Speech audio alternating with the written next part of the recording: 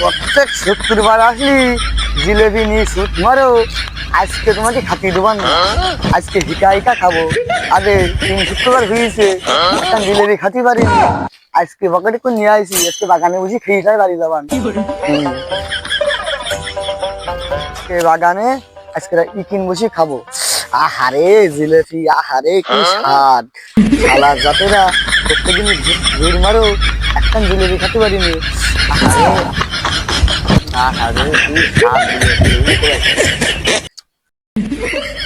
আরে আজকে আমি তারা খাটিয়ে দিবান না, আশেপাশে খারাপ লাগবান, হিকা হিকা খাবো।